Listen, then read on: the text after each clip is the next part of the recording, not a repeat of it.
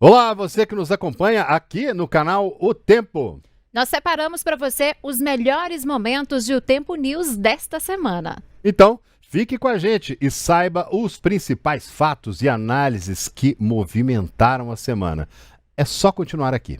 Numa entrevista ao jornal norte-americano The Washington Post, o ministro Alexandre de Moraes afirmou que não vai voltar atrás nas decisões sobre o ex-presidente Jair Bolsonaro, mesmo com as sanções impostas pelo presidente dos Estados Unidos, Donald Trump. Moraes disse também que quem tiver culpa será condenado e quem for inocente, absolvido. A gente vai colocar agora aí para você ver o que disse ao The Washington Post, né? Pois é, tá aí uma fala, né? A gente separou um trecho, portanto, dessa entrevista. Não há a menor chance de recuarmos nem 1 milímetro sequer. Faremos a coisa certa, receberemos a acusação, analisaremos a evidência e quem deve ser condenado será condenado. Já quem deve ser absolvido, portanto, será absolvido. Um trecho, portanto, dessa entrevista para o jornal. O ministro relatou que estava assistindo a um jogo de futebol quando ele soube que Bolsonaro havia descumprido a ordem de não usar as redes sociais e foi então que decretou a prisão domiciliar do ex-presidente. As investigações contra Bolsonaro seriam a razão das sanções de Trump a Moraes. O ministro também fez uma comparação entre as realidades dos Estados Unidos e aqui do Brasil. Ele lembrou que o nosso país já enfrentou ditaduras e tentativas de golpe, que, segundo ele, fizeram com que a democracia brasileira criasse uma espécie de anticorpo, de anticorpos mais fortes. No texto, o jornal chama o ministro Alexandre de Moraes de o juiz que se recusa a ceder à vontade de Donald Trump. Tá lá, ó, disse o Alexandre de Moraes ao The Washington Post. Eu entendo que para a cultura norte-americana é mais difícil entender a fragilidade da democracia, porque nunca houve um golpe lá. Mas o Brasil teve anos de ditadura sob a gente convivendo sobre ditadura, né? Getúlio Vargas, depois a gente teve o golpe de 1964. Tem outra parte também que eu vou pedir para colocar para gente, dessa fala, né, do ministro Alexandre de Moraes ao Washington Post. Olha só, ele segue ali, uma outra parte de outro trecho que a gente pegou, né? Segue a entrevista dele, outros 20 anos de ditadura militar e inumeráveis tentativas de golpe. Quando você é mais atingido por uma doença, você desenvolve anticorpos mais fortes e procura uma vacina preventiva. Portanto, algumas das partes dessa entrevista de Alexandre de Moraes para o jornal The Washington Post. E as sanções dos Estados Unidos foram baseadas na Lei Magnitsky, utilizada para punir estrangeiros.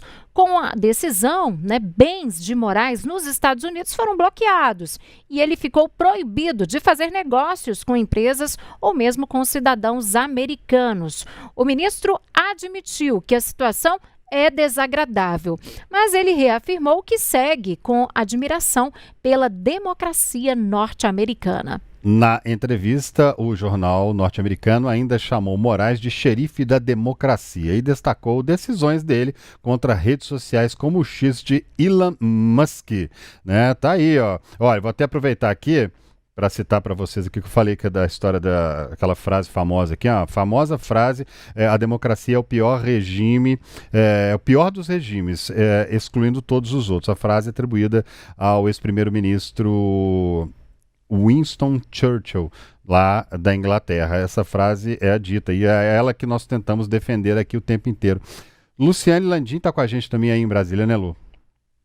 Pois é, André, o que chama atenção também nessa entrevista do ministro Alexandre de Moraes ao The Washington Post é o seguinte: Moraes dá raríssimas entrevistas a veículos de comunicação e a gente cita tanto o Brasil, que é onde ele atua, quanto veículos, jornais de outros países. A gente sempre vê o ministro do STF se manifestando por meio de decisões em que ele relata ali justamente a posição dele, também por meio de eventos oficiais com caráter jurídico, mas não em entrevistas. Acontece, claro, dele conceder, dele conversar com jornalistas, mas isso não é uma coisa rotineira, não é comum, pelo contrário, é rara. E a gente viu essa entrevista sendo publicada justamente em um jornal que é sediado nos Estados Unidos, mais especificamente em Washington, na capital dos Estados Unidos, que é de onde também Donald Trump, o presidente do país, assina decisões, conversa, despacha ali do gabinete, né? A Casa Branca fica nessa cidade dos Estados Unidos. Então, a gente vê exatamente uma tentativa do ministro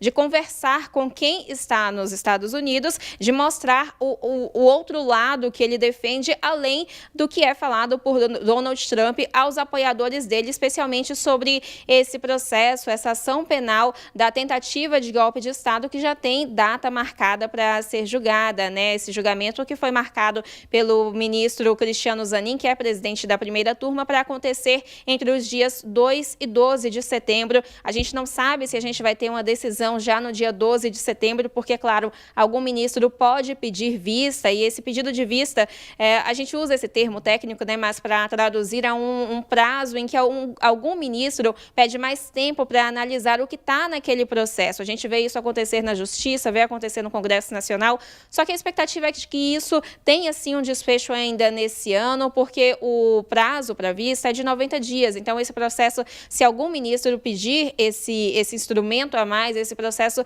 vai estar de volta à pauta ali em dezembro, antes do início do recesso, mas é essa a situação que a gente tem. Alexandre de Moraes tentando passar uma mensagem justamente para quem está nos Estados Unidos, vendo diretamente essa articulação de Donald Trump e o que o presidente dos Estados Unidos tem falado sobre as decisões do ministro em diferentes temas, né? Tanto sobre essa ação de golpe de Estado, mas também sobre redes sociais, vários outros instrumentos que têm sido alvo de ataque direto de Donald Trump a Alexandre de Moraes.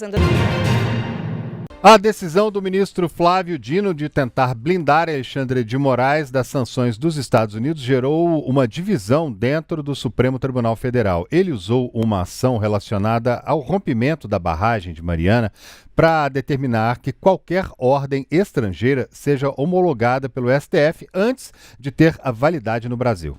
A medida se sobrepôs ao relator original do tema, Cristiano Zanin, que defendia mais cautela e pretendia ouvir bancos, o governo e outras partes envolvidas. E com isso, Dino enviou um recado direto às instituições financeiras. Elas estão proibidas de aplicar as sanções contra Moraes e podem ser punidas caso descumpram a ordem. Segundo integrantes do STF, a decisão foi uma proposta, na verdade, uma resposta à pressão do governo Trump e às dúvidas sobre a firmeza dos bancos diante do cenário. Dino sustenta que leis e ordens de outros países não têm efeito automático sobre pessoas e fatos ocorridos em território brasileiro.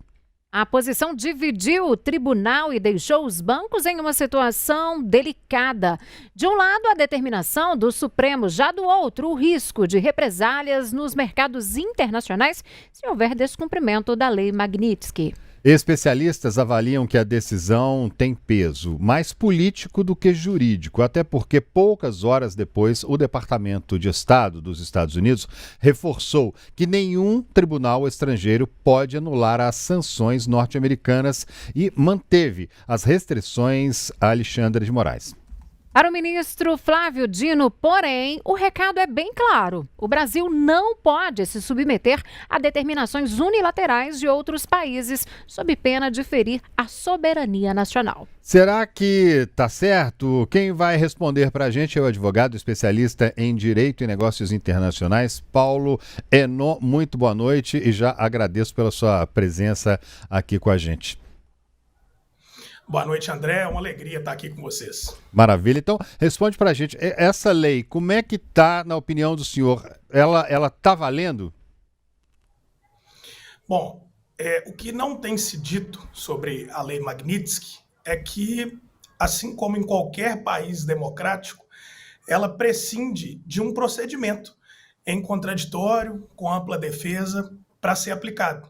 é um procedimento que tramita dentro da Agência de Controle de Ativos Estrangeiros dos Estados Unidos e que garante àquele alvo da ação, né, da Lei Magnitsky, o direito à defesa, a provar que não violou direitos humanos, a provar que não praticou nenhum ato de corrupção extremamente grave a ponto de ensejar essa sanção e que também não praticou nenhum ato contra os Estados Unidos, a soberania dos Estados Unidos, nem contra a realização de eleições livres e democráticas no seu país de origem, que são os principais objetivos da Lei Magnitsky. Ou seja, ela ainda não está valendo, a ordem ainda não está valendo, exatamente porque exige um procedimento que dá aos alvos o direito de defesa e, inclusive, permite até que a agência, em âmbito administrativo,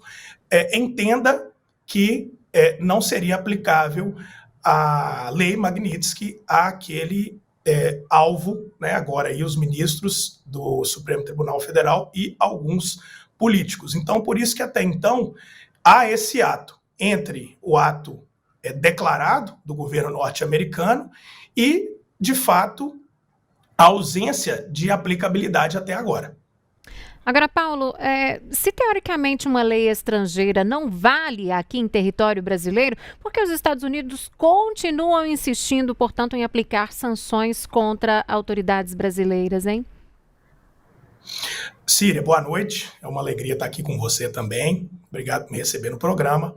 E, bom, na verdade, essa lei ela tem um duplo alcance.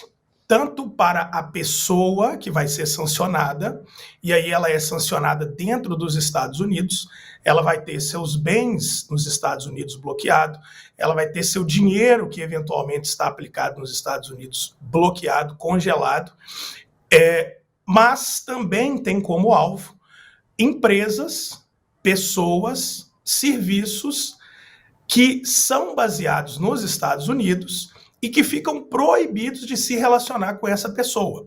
Então, a tentativa é de pressionar o alvo para que ele deixe de praticar o que eventualmente esteja praticando, né? No caso aqui do nosso Supremo Tribunal Federal, pressionar de forma direta e indireta para que se siga algum caminho ou não, ou até mesmo pressionar o próprio governo federal para que tome uma atitude conforme o que o governo norte-americano quer. E o que dificulta mesmo a vida dos alvos é exatamente ficar sem acesso aos serviços, principalmente, das empresas que estão sediadas e que têm relacionamentos nos Estados Unidos. Então, vamos pensar o seguinte: se o ministro Alexandre de Moraes, hipoteticamente, não tem um centavo nos Estados Unidos, não tem um imóvel nos Estados Unidos, não tem nenhum relacionamento financeiro dentro do território dos Estados Unidos, ele diretamente não é afetado. Mas indiretamente vai ser porque bancos, seguradoras, provedores de internet, que seja, por exemplo, Google, Amazon, Meta, são sediados nos Estados Unidos e ficam proibidos de se relacionar com o alvo, no nosso caso hipotético aqui, com Alexandre de Moraes. Então, daí que vem a eficácia dessa lei. É por proibir o relacionamento das empresas que estão sediadas nos Estados Unidos de se relacionarem com as pessoas que são sancionadas por ela. Doutor Paulo, boa noite. Pegando um trecho específico da decisão do ministro Flávio Dino, desse esclarecimento que ele fez hoje, né? Ele deixou ali que, em relação a decisões expedidas por tribunais estrangeiros, permanece válido o entendimento de que essas decisões, para serem aplicadas no Brasil, elas precisam de homologação do próprio Supremo Tribunal Federal ou de outros mecanismos de cooperação. Daí eu emendo duas perguntas. O que seria exatamente esse processo de homologação?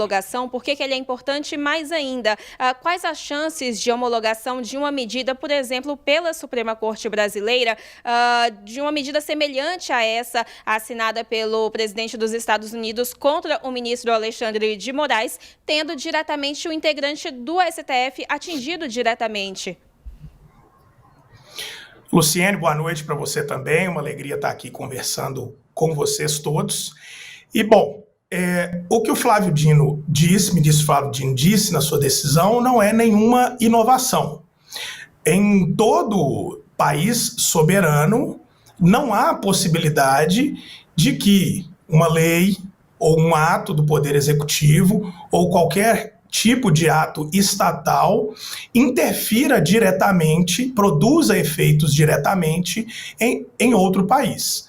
Então, o que o Flávio Dino disse foi, aqui a regra é essa, como se fosse um lembrete, porque essa regra já existe desde os primórdios do nosso país. Só que o que ele quis fazer com isso, a meu ver, é exatamente lembrar, dar esse recado de que, olha, aqui nenhuma decisão, seja de tribunal, seja do Poder Executivo, do Poder Legislativo, vai ter vigência se não passar pelos procedimentos que já estão legalmente previstos de homologação desse ato.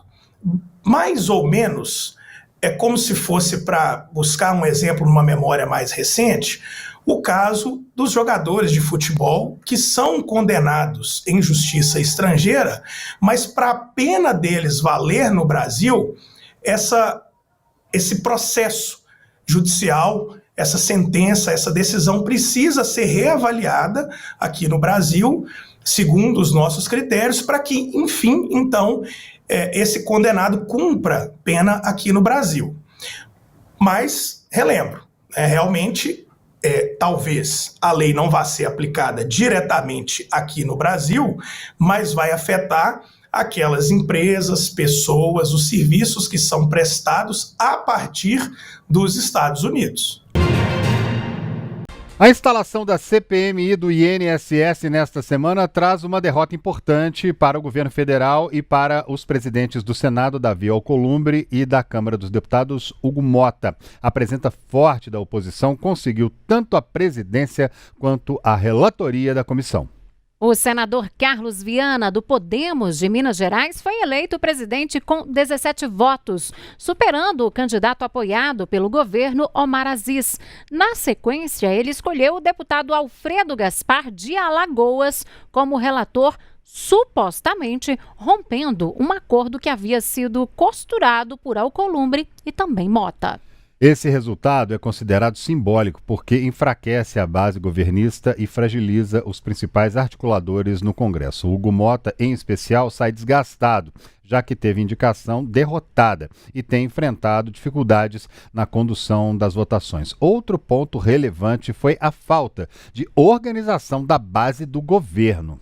Alguns senadores e deputados simplesmente nem votaram, abrindo espaço para que a oposição garantisse o controle tanto da presidência quanto da relatoria da CPMI. O líder do PT na Câmara, deputado Lindbergh Farias, assumiu que o governo errou na condução da eleição para a CPMI. Todo mundo do governo admite que houve uma subestimação. Podia ter tido uma mobilização melhor, mais atenção, então houve um erro, mas perder um jogo, não é perder o campeonato. A preocupação com a CPMI é que ela não vire circo. Daqui a pouco ela vai ser usada como moeda para tentar livrar o julgamento, então a gente não quer isso. CPMI, os senadores e deputados têm que ter responsabilidade. É comissão de investigação.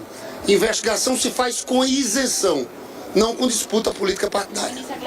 A oposição agora passa a comandar os trabalhos da comissão, definindo o plano de ação e os rumos da investigação sobre as fraudes no INSS. O presidente da comissão, o senador Carlos Viana, falou agora à tarde sobre os trabalhos. Conversamos, articulamos uma nova possibilidade para a CPMI.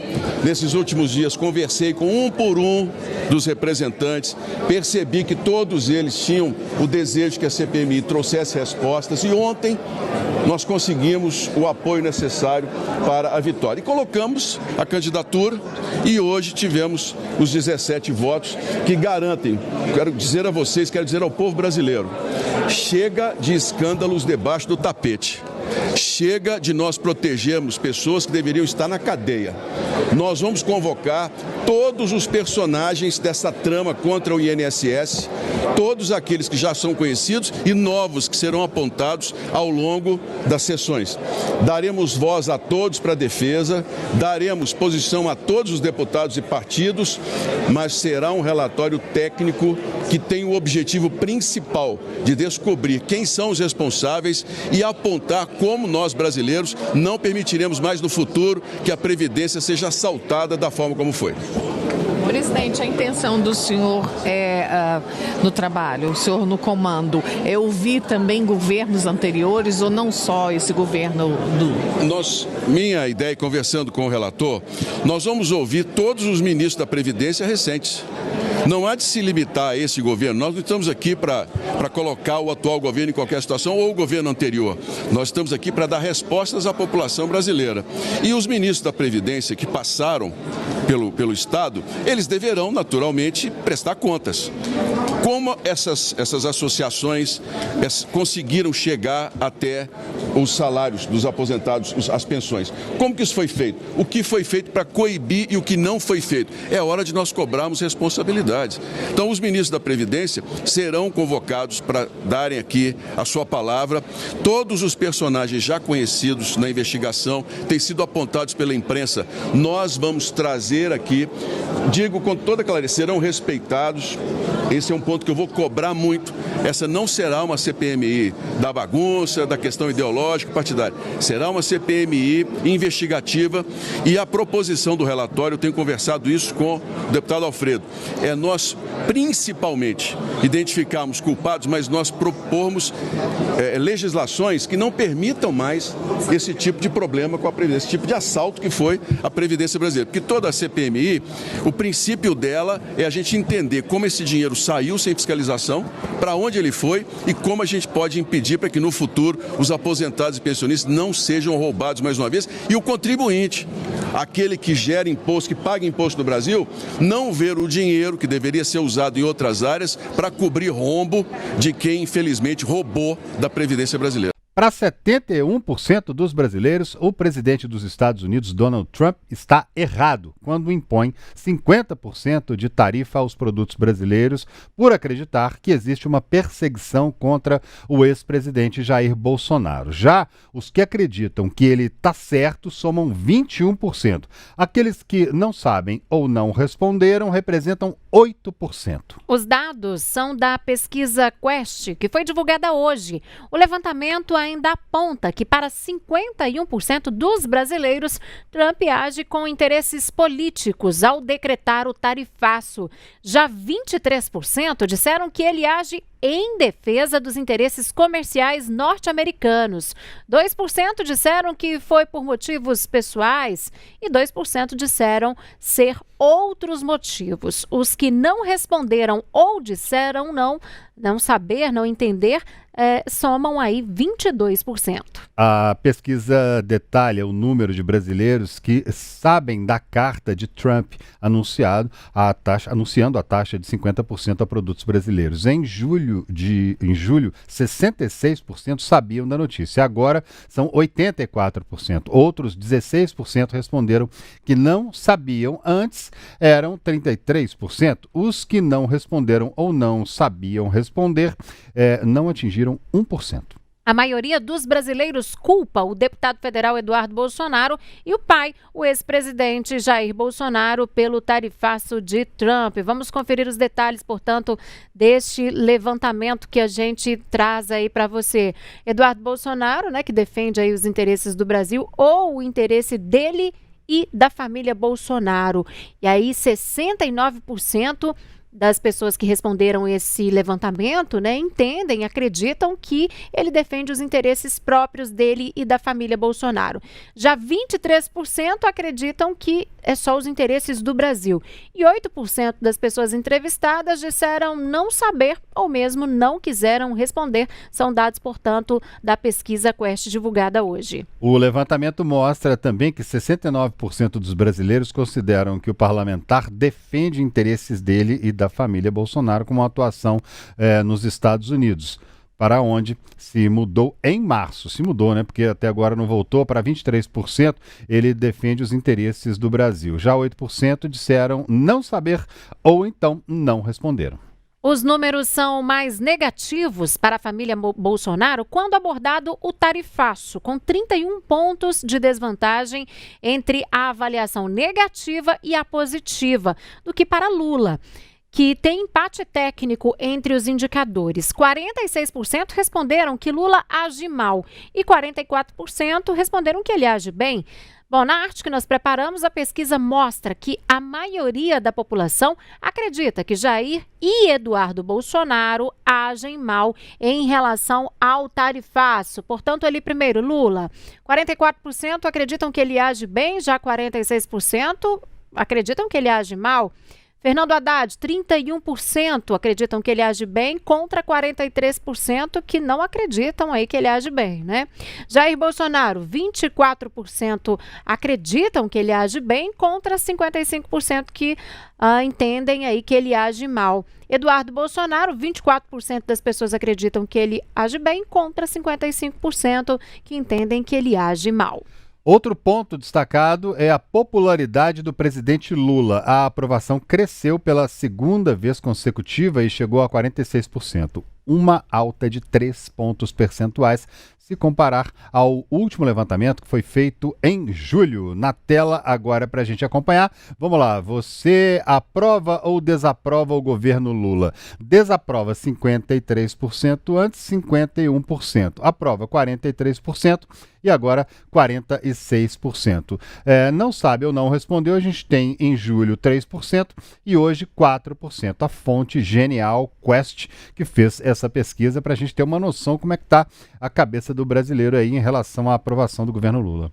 A recuperação ocorreu principalmente, a recuperação, eu digo, do governo Lula, né, na região Nordeste, a única em que Lula é mais aprovado do que reprovado. Lula ganhou 7 pontos de aprovação, subindo, portanto, de 53% para 60%. A desaprovação caiu para 37%. Quando perguntados sobre a economia nos últimos 12 meses, 22% entenderam que melhorou, antes 21%. Em julho e 18% em maio. Os que acreditam que a economia piorou se mantiveram em 46% de julho para agosto. E os que consideram que está do mesmo jeito equivalem a 30%. A pesquisa Quest entrevistou 2.004 pessoas entre os dias 13 e 17 de agosto agora. E a margem de erro é de 2 pontos percentuais para mais ou para menos. Para analisar os dados que a gente trouxe agora há pouco, antes da Luciane entrar, nós convidamos Oswaldo Deon, que é cientista político e doutor em relações internacionais. Muito boa noite e muito obrigado por aceitar o nosso convite aqui para tentar ajudar a entender esse universo dessa pesquisa que mostra aí um dado que me chamou muita atenção ali, foi de 69% dos entrevistados a dizerem que essa motivação toda de Eduardo Bolsonaro lá fora é para ajudar a ele mesmo e a família Bolsonaro. Muito boa noite para o senhor. Boa noite, André. Prazer estar contigo aí, com todos. Pois é, e essas informações, o que mais chamou a atenção do senhor em relação a essa pesquisa desses números divulgados hoje pela Quest? Bom, o que a gente pode observar é uma continuidade da melhoria dos indicadores de aprovação do governo Lula.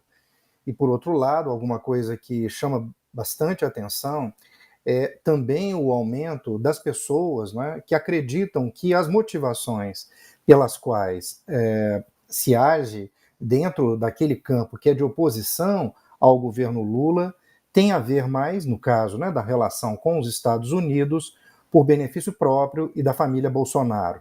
Então, esses pontos são muito importantes para a gente poder explicar essa situação que nós estamos vivendo no momento, que é a melhoria, mesmo que discreta, dos indicadores, tanto de aprovação pessoal do presidente Lula, como também do seu governo.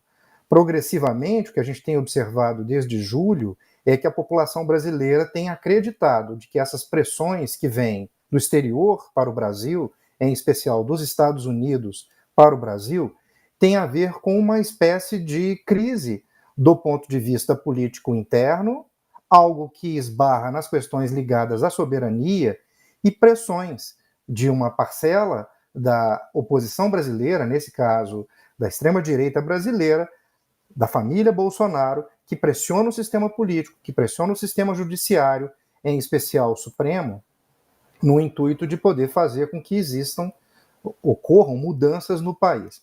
Então, isso é um pouco diferente, eu acredito que é bem diferente daquilo que se imaginava quando essa arquitetura política foi desenhada lá nos meses anteriores, quando se pensou em poder utilizar, né, dos instrumentos aí da relação da oposição brasileira com os partidos e setores da opinião pública dos Estados Unidos que apoiam esses segmentos, né, que tem um entrosamento, que tem uma articulação internacional, e que esse plano, ao menos essas visões, né, de que isso poderia implicar imediatamente em algo negativo para o presidente Lula, facilitando o acesso da oposição nas eleições do ano que vem, até esse momento não tem conseguido êxito. É claro que nós temos um longo caminho até o ano de 2026, nós teremos as eleições só ao final do ano, essas coisas podem mudar. Mas até aqui, na memória do povo brasileiro, nesse mês de agosto e no mês de julho, é de que essas pressões internacionais têm auxiliado tanto o governo como, pessoalmente, o presidente Lula. O presidente Lula aparece à frente do ex-presidente Jair Bolsonaro em um novo levantamento estimulado de primeiro turno para a eleição presidencial de 2026 do ano que vem, segundo pesquisa Genial Quest, divulgada hoje, durante evento que ocorreu hoje em Sorocaba, no interior de São Paulo. O petista falou sobre a possibilidade de um quarto mandato. Eu qualquer dia vou subir a rampa do Palácio do Planalto correndo para ver quem é que vai me acompanhar. Então o jeito é o seguinte, se prepare para a seguinte questão. Um mandato do Lula incomodou muita gente. 2 mandatos incomodou muito mais. 3 mandatos, muito mais. Imagina se tiver o 4º mandato, como é que eles vão ficar incomodados. Então se prepare que tem coisa aí para frente.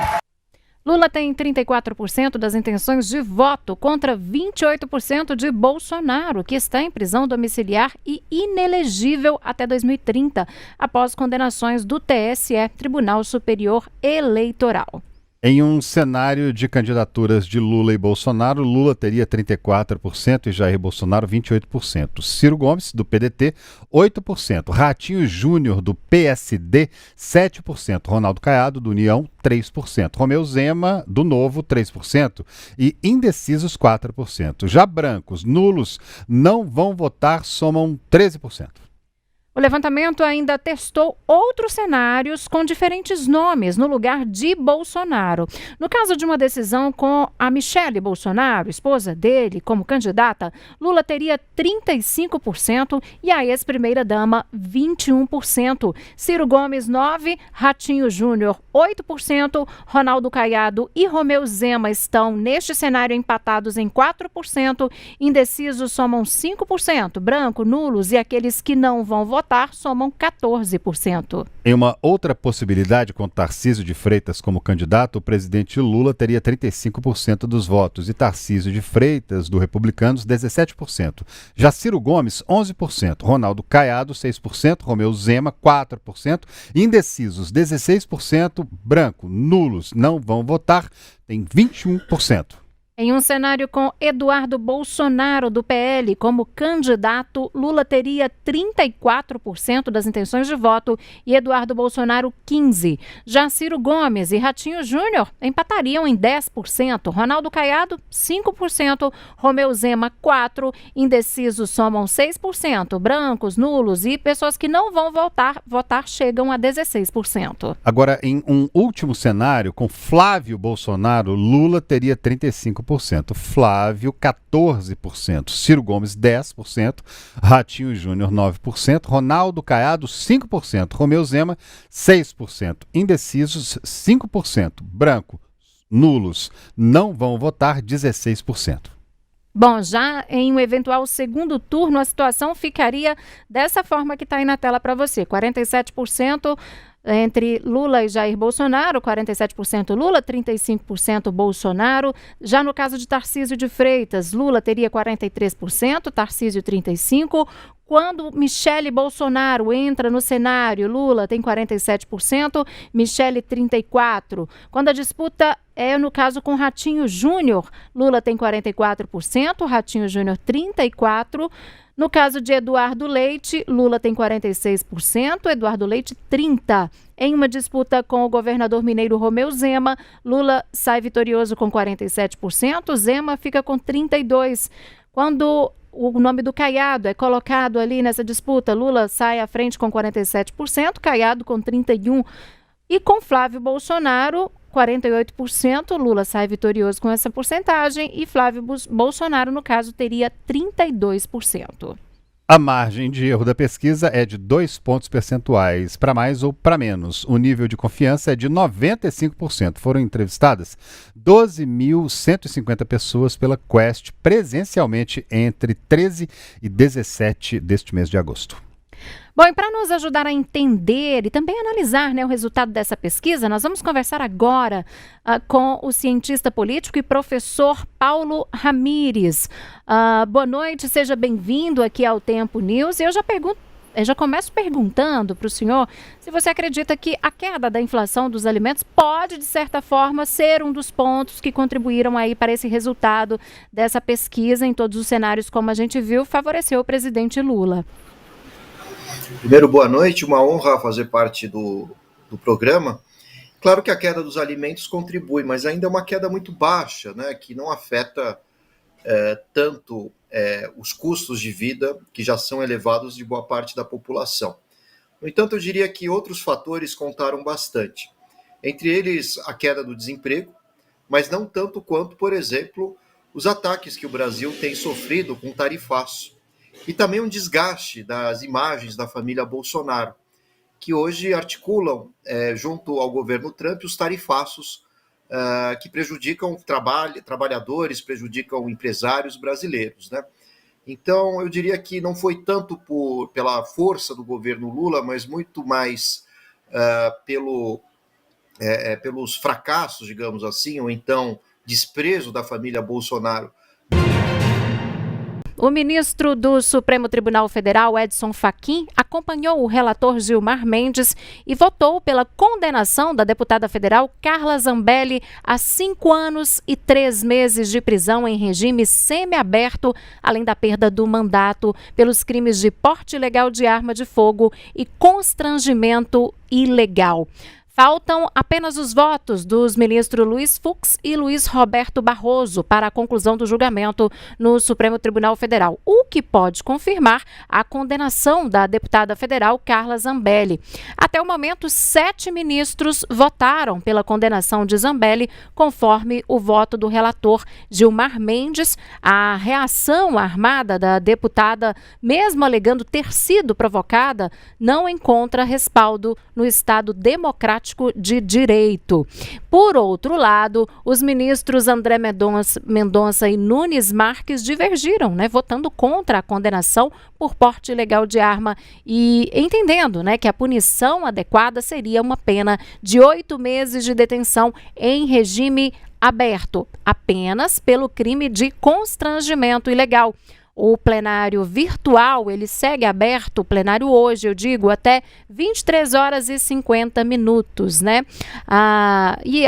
Caso seja confirmada essa cassação e condenação, já é a segunda da parlamentar, né, Luciene Landim? Pois é, Síria, a segunda condenação, né, claro, a gente precisa esperar que tudo se confirme no Supremo Tribunal Federal. A gente tem esse placar, então, de 9 a... Na verdade, acabou de atualizar, Síria, eu vou atualizar, placar de 8-2 para condenar Carla Zambelli. O último voto registrado foi do ministro Luiz Fux. Agora a gente só precisa do voto do presidente do Supremo Tribunal Federal, Luiz Roberto Barroso, para que esse julgamento seja concluído. Então, o voto do ministro Luiz Fux registrado agora no sistema do Supremo Tribunal Federal. Mas, como a gente estava falando, então, essa é a segunda condenação que Carla Zambelli pode sofrer no Supremo Tribunal Federal somente neste ano. E a tendência, pelo que a gente tem por esse placar até agora, é que essa expectativa de condenação seja realmente confirmada até as 23h59 de hoje, que é o prazo máximo para que os ministros coloquem os votos deles ali nesse sistema do STF. Termina daqui a pouco, 8h34 da noite, o prazo para que a defesa do ex-presidente Jair Bolsonaro explique o descumprimento de medidas restritivas impostas a ele. O prazo foi dado pelo ministro Alexandre de Moraes do Supremo Tribunal Federal. A investigação apura a atuação de Bolsonaro e do deputado Eduardo Bolsonaro em ações de coação contra autoridades brasileiras envolvidas no processo que trata da tentativa de golpe de Estado em 2022. O ex-presidente é um dos réus nessa ação penal, que tem julgamento marcado, portanto, para setembro. Na última quarta-feira, Moraes intimou a defesa a esclarecer os reiterados descumprimentos das medidas cautelares impostas, a repetição de condutas ilícitas e também a existência de risco de fuga. De acordo com a Polícia Federal, foram encontrados indícios de que Bolsonaro continuava a usar redes sociais e a se comunicar com outros investigados, mesmo com a proibição imposta pelo STF. Os investigadores também localizaram um arquivo de texto que, segundo eles, poderia ser usado para solicitar asilo político na Argentina. A defesa de Bolsonaro já havia afirmado que vai entregar a manifestação dentro do prazo estabelecido. Os advogados negaram violações. E esta é a segunda vez que Moraes cobra explicações formais da defesa sobre cumprimento das restrições. Em julho, poucos dias após a imposição das medidas cautelares, o ex-presidente compareceu ao Congresso para reunião com apoiadores e discursou. As ações geraram postagem nas redes sociais. Na ocasião, os advogados negaram o descumprimento das ordens judiciais. E no início de agosto, diante aí de violações, Moraes, o ministro Alexandre de Moraes, determinou a prisão domiciliar de Bolsonaro, medida que segue em vigor. A decisão foi motivada novamente pelo uso irregular das redes sociais. A investigação começou em maio, tendo Eduardo Bolsonaro como principal alvo inicial, E com o avanço ali das apurações, a Polícia Federal identificou alinhamento das ações do deputado com o pai, o que motivou, portanto, a imposição de medidas restritivas contra Bolsonaro. Luciene Landim, alguma informação nova por aí sobre essa prestação de contas da defesa de Jair Bolsonaro? Síria, a gente segue na expectativa. A defesa do ex-presidente Jair Bolsonaro tem pouco mais de 1 hora para protocolar essas explicações no sistema do Supremo Tribunal Federal. Até agora, nada. Mas eu separei aqui para a gente uma linha do tempo para a gente explicar o que está em jogo, O que paira, a dúvida que juristas, inclusive, falam aqui em Brasília é se Moraes pode decretar a prisão preventiva de Jair Bolsonaro em face dessa prisão domiciliar. Hoje, o ex-presidente cumpre prisão domiciliar por conta do descumprimento de medidas cautelares. A gente lembra aqui que no dia 18 de julho, há pouco mais de um mês, Moraes determinou então essas medidas cautelares a Jair Bolsonaro, entre elas o uso de tornozeleira eletrônica e a proibição de usar redes sociais, tanto os perfis do ex-presidente quanto a terceirização, o perfil de aliados, ou seja, o ex-presidente usar perfis de aliados para propagar mensagens dele ali nas redes sociais.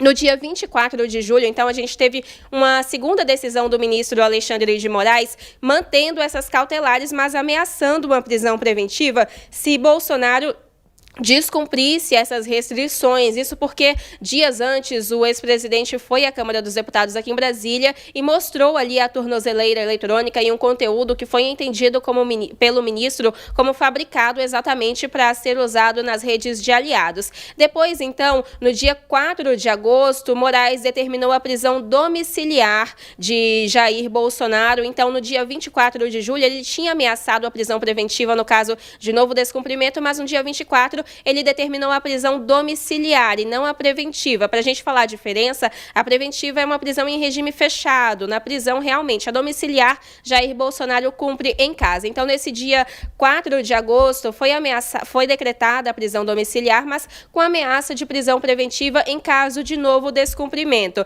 E a gente lembra que esse dia 4 de agosto foi um dia depois daquelas manifestações em várias cidades do país, em que o ex-presidente apareceu em chamadas de vídeos com aliados em várias cidades, em atos, por exemplo, com Michele Bolsonaro, que estava em Belém, também aqui em Brasília, em ligação com Bia Kicis, e também nesse dia 4 de agosto, quando foi decretada a prisão domiciliar, a Polícia Federal apreendeu um celular na casa do ex-presidente, o celular usado por ele, e com isso, a gente teve um desdobramento que foi relatado nesse relatório da Polícia Federal, que culminou nesse novo indiciamento, inclusive. A gente lembra que Jair Bolsonaro não podia usar redes sociais, nem os próprios perfis, nem os perfis de terceiros. Mas agora a gente entra nessa linha do tempo que eu separei, Síria, que é descrita ali nesse relatório da Polícia Federal, no dia 25 de julho, ou seja, já com o ex-presidente em medidas cautelares, tendo que cumprir essas obrigações, o pastor Silas Malafaia, que inclusive foi alvo também da Polícia Federal nesta semana, ele mandou uma mensagem a Jair Bolsonaro, uma mensagem de texto ali para o celular do ex-presidente, pedindo que Bolsonaro disparasse vídeos ali para listas que mantinha, para contatos que o ex-presidente tinha salvo. Isso então foi no dia 25 de julho, mas pedidos semelhantes repetiu também no dia 27, no dia 28 de julho. Nesse pedido do dia 28, Silas Malafaia, inclusive, citou listas de transmissão que Jair Bolsonaro mantinha ali com aliados, com militantes. E nesse documento, a Polícia Federal cita, inclusive, que no dia 3 de agosto, que foi o dia dessas manifestações em que o ex-presidente participou por chamadas de vídeo, também divulgou imagens dele assistindo a esses atos pelo país na casa dele, na beira da piscina, ali com a tornozeleira eletrônica. A PF descreveu nesse relatório que houve grande movimentação de compartilhamento por meio do aplicativo WhatsApp, englobando diversos conteúdos, incluindo vídeos relacionados às sanções ao ministro Alexandre de Moraes, as sanções dos Estados Unidos, incluindo a Lei Magnitsky, bem como a divulgação e promoção dos eventos. Esses eventos são exatamente essas manifestações do dia 3. A APF concluiu, então, nesse relatório que Bolsonaro foi vetor de propagação de conteúdos e um vídeo que foi publicado em um canal no YouTube teve mais de 2 milhões de visualizações em uma única conta. E a conclusão foi justamente que os disparos feitos pelo ex-presidente contribuíram para esse alcance, mais de 2 milhões de visualizações nesse único vídeo. Uma frase usada pela PF, inclusive, é de que Jair Bolsonaro utilizou um modus operandi de milícia digital. Então, tudo isso está em jogo, além, claro, de fatos passados identificados pela Polícia Federal, como essa carta que foi escrita ao presidente da Argentina, Javier Milei. Então, tudo isso é o que se espera que a defesa de Jair Bolsonaro esclareça ao Supremo Tribunal Federal nessa manifestação, que tem que ser feita, então, em pouco mais de uma hora, né? Às 8h34 acaba esse prazo, às 8h34 dessa sexta-feira. Então, a expectativa é sobre qual decisão que Moraes vai tomar depois dessa explicação da defesa diante de todos esses fatos que foram levantados e revelados pela Polícia Federal na última quarta-feira. E por hoje é só. Até a próxima semana.